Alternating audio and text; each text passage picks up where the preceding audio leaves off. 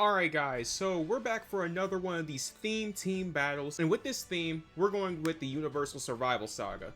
With the Universal Survival Saga, due to the nature of this particular category, the characters in this team are going to be super powerful, probably super overpowered meta characters, but who gives a fuck about that? We're here to have fun, so I'm going to give you my team that I'm going to be using in Dragon Ball Sparking Zero when it comes to the Universal Survival Saga. Keep in mind that these teams are not typically meta. As of now, we really don't know how these characters are going to play or how these characters are going to feel. We don't really know how Sparking Zero is going to categorize these characters when it comes to the power system in the game. With that, this is just my honest list of the characters that I want to play when I'm following this category.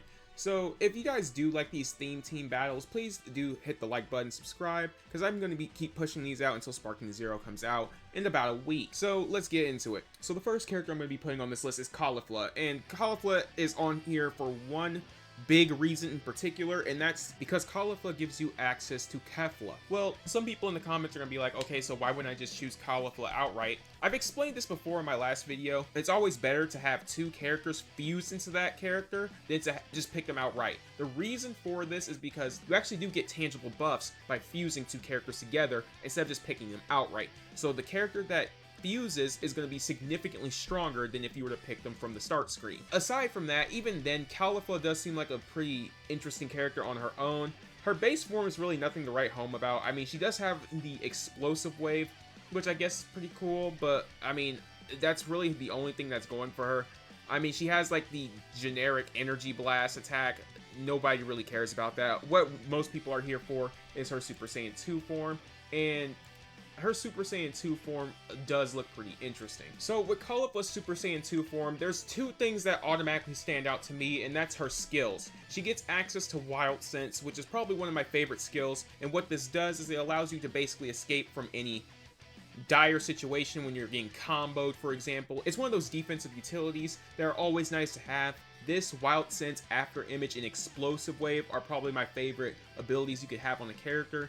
And on top of that, she also has access to full power, which is basically the equivalent of power up to the very limit. But unlike power up to the very limit, this one doesn't really give you any buffs. So with her skills out of the way, I'm just gonna say her skills, especially her rush skill, doesn't really look all that great to me.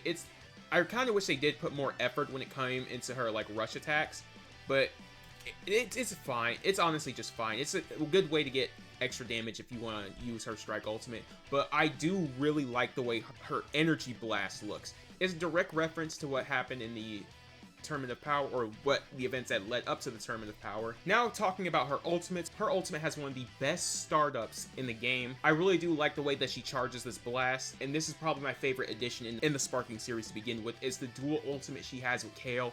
This Energy Blast. I love the red, the green, the damage. It's all amazing. Caulifla's ultimate is probably one of the most enjoyable aspects. It just looks very, very good. But moving right into the other Universe 6 Saiyan, Kale. Kale is on this list. Well, it's only because of her Super Saiyan 2 and her Berserk form. I have a lot to say about her Berserk form, but I'll get into the Super Saiyan 2 form first. Super Saiyan 2 Kale, I'm going to be completely honest, this is probably the best look Kale has, especially when you're comparing, well, she's probably the best looking Universe 6 Saiyan out of all of them easily, but holy shit. Maybe it's just me, but base Kale looks like shit, so I'm probably not even gonna waste my time talking about her. She looks kind of ass from the gameplay that we've seen, so I'm just gonna mostly disregard her, and I'm gonna go over Super Saiyan Kale and Berserk Kale. See, with Super Saiyan Kale, you also do get Wild Sense. She shares Wild Sense with Caulifla. She also has Saiyan Spirit, which seems to be some sort of attack buff, which, I mean, if it's anything like the other attack buffs in the game, it'll be pretty neat. I probably won't end up using it because I don't think it's really worth the amount of blast stocks that it costs. But then again, we don't really know how, like 3 blast stocks for Saiyan Spirit, this has to be like a substantial buff, or otherwise I don't really see a point in using it. Coming off of her utility, she has Resistance Blast and Super Explosive Wave.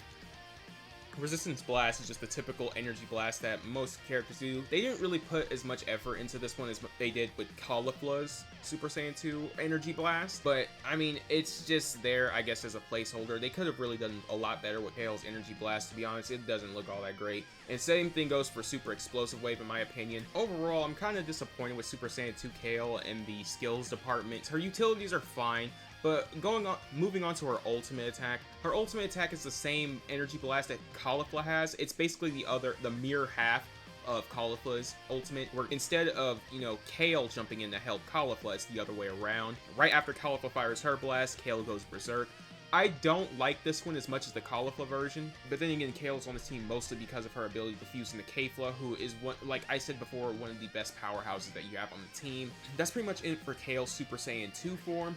But now we're getting into her strongest, what I personally think is going to be her strongest form, and that's her Berserk form, or her Broly mode, as some people call it. With Broly mode, this is what I'm honestly expecting from Kale's, is that she has the same super armor mechanic that Z Broly does, but for characters in Super. Like, for example, I don't think any character that is Super Saiyan Blue level or below is going to be able to break her shields. That's my honest prediction when it comes to her. And if that's the case, she's definitely going to be high tier by herself. She doesn't even need to fuse into Kale. She's going to be ridiculously broken. But if she does have super armor and it works similar to how it does in the show, then yeah, Berserk Kale, you don't even need Kefla. She's busted enough as it is. Moving on to her skill, she does have one skill called Cry of Rage. When you use this skill, you have to be very close range, and if you're within range, it will paralyze your opponent. Really, it's a really good ultimate. I don't know how much I like this one compared to the other defensive ultimates. I'm more so an After Image, Explosive Wave, Wild Sense type user.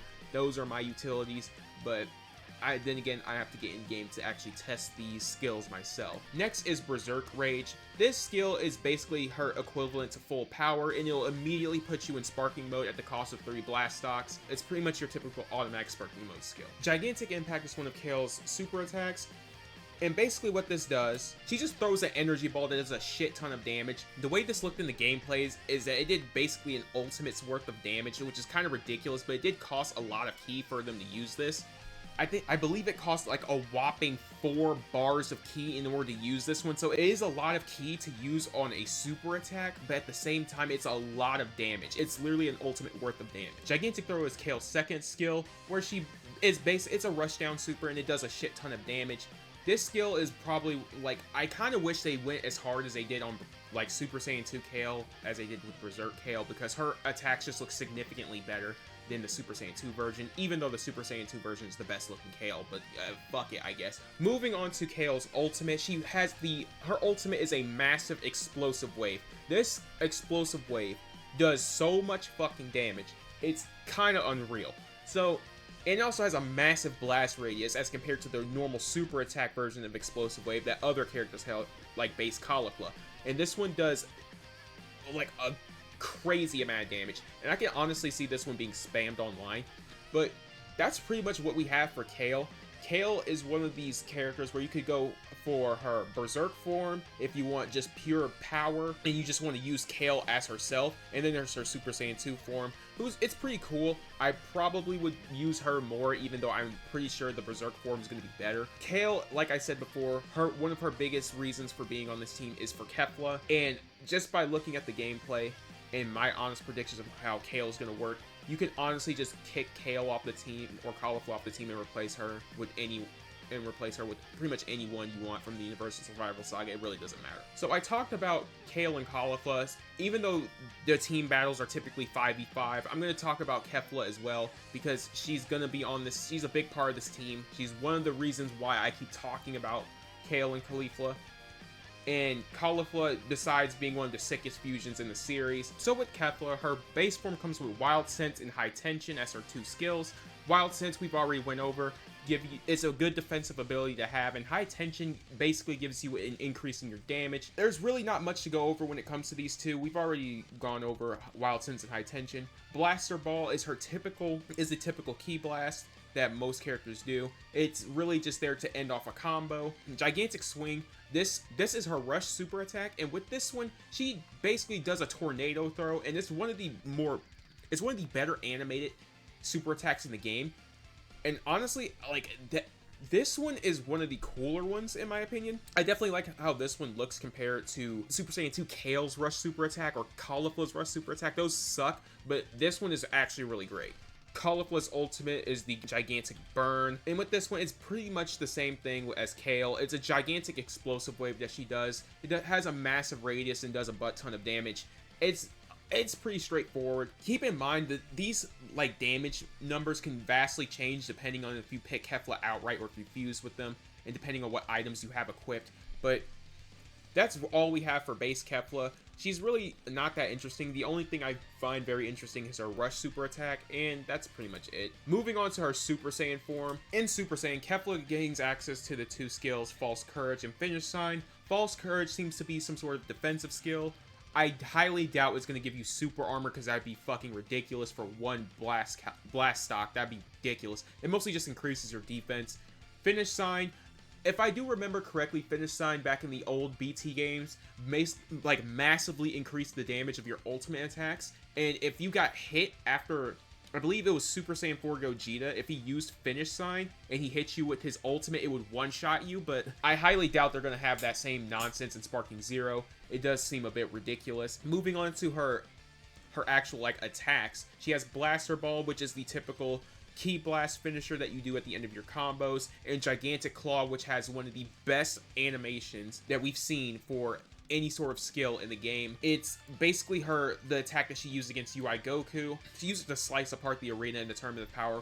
It's really one of the best key attacks that we've seen so far. It's basically laser claws. But moving on to her ultimate attack. Her ultimate attack, if I'm being honest, they did put a lot more effort into this one than I honestly thought they would. I thought they would focus all their efforts like her Super Saiyan 2 form. But with this one, it's a triple green energy spheres that she used against UI Goku in the Tournament of Power that he weaved and shit. So this one, I'm gonna keep it honest with you, this one is pretty good. She does end it off with a giant energy blast. This one's a really good one, but what we're really here for is her Super Saiyan 2 form. In her Super Saiyan 2 form, they did not disappoint. I'm gonna keep it a stack. They did not disappoint. Okay, Super Saiyan 2. Super Saiyan 2 has two skills, Saiyan Spear and I Am Number 1. It's similar to Full Power and Power Up to the Very Limit, but this one gives you an attack buff.